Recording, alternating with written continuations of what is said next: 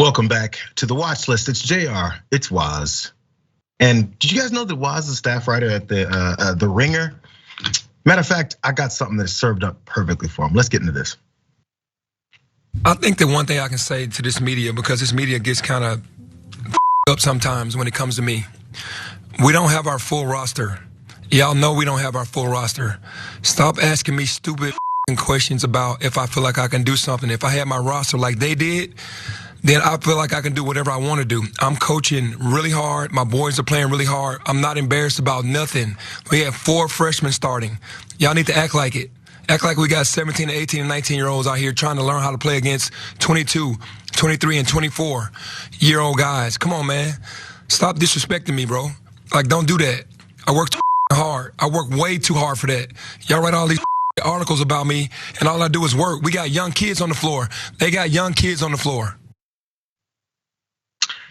That's Memphis head coach Penny Hardaway, former NBA star. Everyone recognizes Penny. It's good to see him head coaching. He's been there for a few years at Memphis. They're going through some struggles, and he's sick and tired of the questions about whether or not he can handle the situation that he's now involved in there in Memphis. This is after their latest loss. I think it was to SMU. They're now 9-8 and somewhere in the mid pack there. And it's just not what was expected. It's not what he was saying. So why are they asking these questions about whether or not he's living up to the expectations?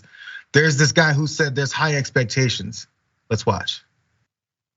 No, this is Memphis. You know, we don't bluff. We want all the smoke. We want everything. We want everything to be about Memphis. We want it to be, hey, you guys are supposed to do this, and we need to reach that. That's what this city wants. That's what we want. That's who we are. We don't want to shy away from anything. We want this type of a group because we want to win a national championship. If we're going to hang the first banner in this building, or especially downtown at the FedEx Forum, then we're going to have to get talent. And with talent comes expectations, and that's what we want.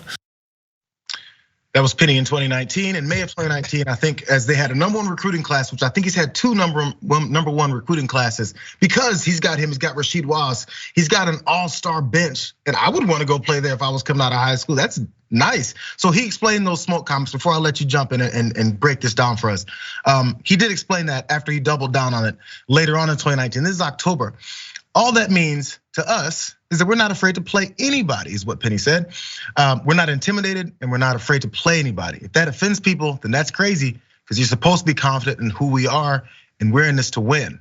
And that's what we're gonna be. And I'm gonna keep that mindset because that's who I am. Man, I love this. No, listen, I love this. I'm sure a lot of people loved it when it happened, and now people are hating it when it's not happening. Yeah, you know what I would say to Penny is, no excuses, play like a champion. And it hurts me to say that as somebody who grew up idolizing Penny Hardaway, right? I'm somebody back in 95, 96, a kid who was collecting basketball, trading cards, and begging my parents to buy me signature Penny sneakers. I was obsessed with Penny. And to this day, I still have a lot of love for the guy and appreciation for who he is and his contributions to our games. However, man, since he's gotten to Memphis, they've gotten more headlines than results. That's just a fact. They still haven't made the NCAA tournament. Of course, there's extenuating factors. You'll remember the James Wiseman debacle where the NCAA ruled him ineligible because of improper benefits or gifts or whatever. And they've gotten talent in there. They just haven't been able to be, whether it be because of COVID, because of injury, because of NCAA violations, they haven't been able to put it together and even make an NCAA tournament. Like the 68 teams make the tournament, JR. You gotta make the tournament. Hofstra makes the tournament. Hofstra makes the tournament every now and again. Come on now, we gotta make the tournament. And so, the results just haven't been there. I think with time, he'll be able to put together a team that can make NCAA tournaments. But hey, man, he talked a big game. They made splashy headlines with their recruiting classes that they brought in, and it just hasn't worked out the way people thought that it would. So rightfully so, people are asking hard questions of Penny Hardaway. And the thing is, I'm maybe you guys will find this out, but I am a constant apologist for athletes. Because especially when it comes to them battling with reporters or media, or even people who are judging that aren't in their position, right?